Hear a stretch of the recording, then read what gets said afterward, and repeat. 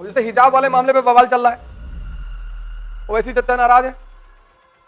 जब कोई क्लास में कोई लड़की सिंदूर लगा के आएगी तो तुम मना कर दोगे? मंगलसूत्र पहन के आएगा तो मना कर दोगे? चच्चा लॉजिक नहीं चलती, एविडेंस चलता है। ड्रेस डिपेंड करता है ज्योग्राफी पे। हाँ, कोई स्त्री हिजाब पहनना चाहती है, उसको रोका नहीं जा सकता।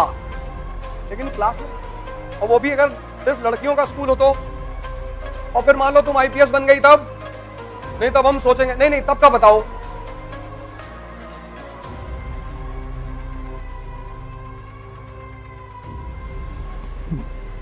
जय हिंद फ्रेंड्स।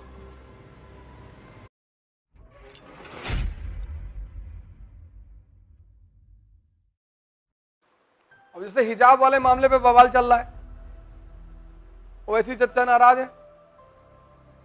जब कोई क्लास में कोई लड़की सिंदूर लगा के आएगी तो तुम मना कर दोगे? मंगलसूत्र पहन के आएगा तो मना कर दोगे? चच्चा लॉजिक नहीं चलती, एविडेंस चलता है।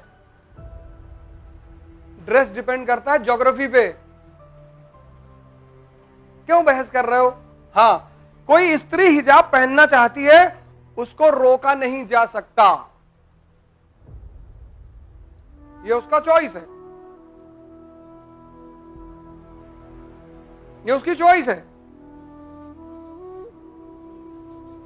उसको नहीं रोकना चाहिए, उसकी चॉइस है। लेकिन क्लास में, और वो भी अगर सिर्फ लड़कियों का स्कूल हो तो, चलो लड़के लड़कियां दोनों बैठे तो तुमने पहन लिया, ठीक है। जब लड़कियों का ही स्कूल है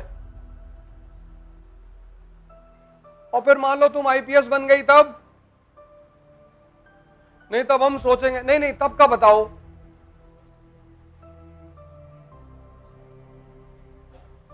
वो ईरान की महिलाएं बेचारी लड़ रही हैं,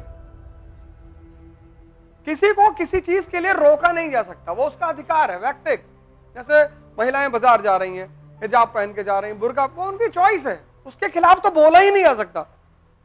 उसके खिलाफ अगर आप बोल रहे हैं तब तो गलत है। लेकिन आप स्कूल में बैठे हैं, क्लास में बैठे हैं, कल आप आईपीएस बन जाएंगे, कल आप डॉक्टर बनेंगे, इंजीनियर बनेंगे, पायलट बन गए। जैसे आज मुसलमानों को दर्द हो रहा है, अब यही काम अगर कोई मुसलमान शासक करता तो मुसलमानों को दर्द नहीं होता।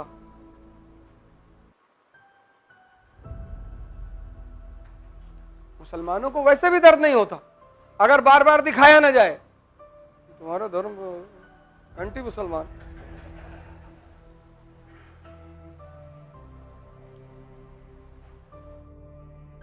कर्नाटक कोर्ट ने दे दिया वो ऑर्डर कि आप क्लास में नहीं जाएंगे, क्लास में आप हिजाब पहन के नहीं जाएंगे। उस कंट्रोवर्सी का कोई मतलब ही नहीं है ही नहीं, क्योंकि कल्चर ड्रेस जो है वो कल्चर पे डिपेंड करता है, कल्चर ज्योग्राफी पे डिपेंड करता है। कश्मीर का हिंदू और तमिलनाडु के हिंदू के ड्रेस में डिफरेंस होगा ना, फिर गुजरात के मुसलमान और बंगाल के मुसलमान के खाने में डिफरेंस होगा। तो ये डिफरेंस किसकी वजह से है? ज्योग्राफी की वजह से, रिलीजन की वजह से नहीं। तुम जैसलमेर में जून के महीने में टाई लगा के नहीं घूम सकते हो। टाई लगाई जाती है यूरोप में, जहां टेम्परेचर -20 है, टॉन्सिल की दिक्कत है, ठंड लग जाती है, गला चोक हो जाता है, वहां टाई लगाई जाती है।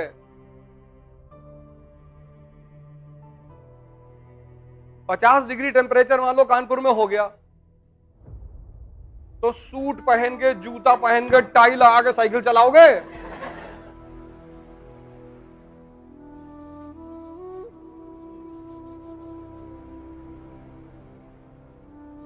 तो गुरुदेव से रावतपुर पहुंचोगे बस। तो ड्रेस और खाना किस पे डिपेंड करता है? लड़ाई ही नहीं है, मतलब ही नहीं है। India is a land of unity in diversity. Ancient India Tension between Brahmins, Buddhist and Jain. Medieval India. Tension between Hindus, Muslims and different sects. Shaivite, Vaishnavite, Shia, Sunni. And today, the same situation of India. Tension today. Tension between Hindus, Muslims, Christians. तो हम आज जो situation देख रहे हैं वो situation हमने पहले भी देखी और बहुत प्यार से उसे हैंडल भी किया है. Ashoka was ruling on almost entire Indian subcontinent. He was facing that diversity. So he comes out with the policy of Dhamma. And in this policy of Dhamma he says, the core theme of this policy of Dhamma is Sarvriddhi.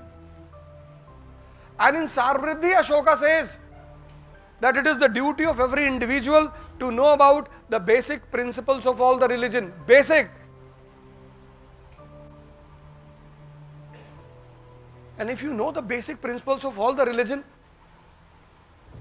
there is no chance of tension among the people of different religion. Religion में दो चीज होती है, एक metaphysics, एक culture.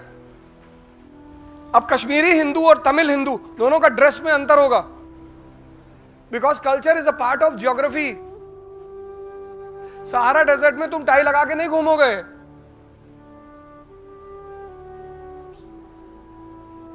Tie is a part of European culture. It's extreme cold there. They suffer from tonsil. They have to protect their throat. Dress and food depend upon geography. So Hindustan में लोग कहते हैं अरब का आदमी गोश्त बहुत खाता है, तो पालक कहां से लाए? रेगिस्तान में कहां पैदा करोगे पालक? नहीं, कैक्टस को तो खा सकते हैं.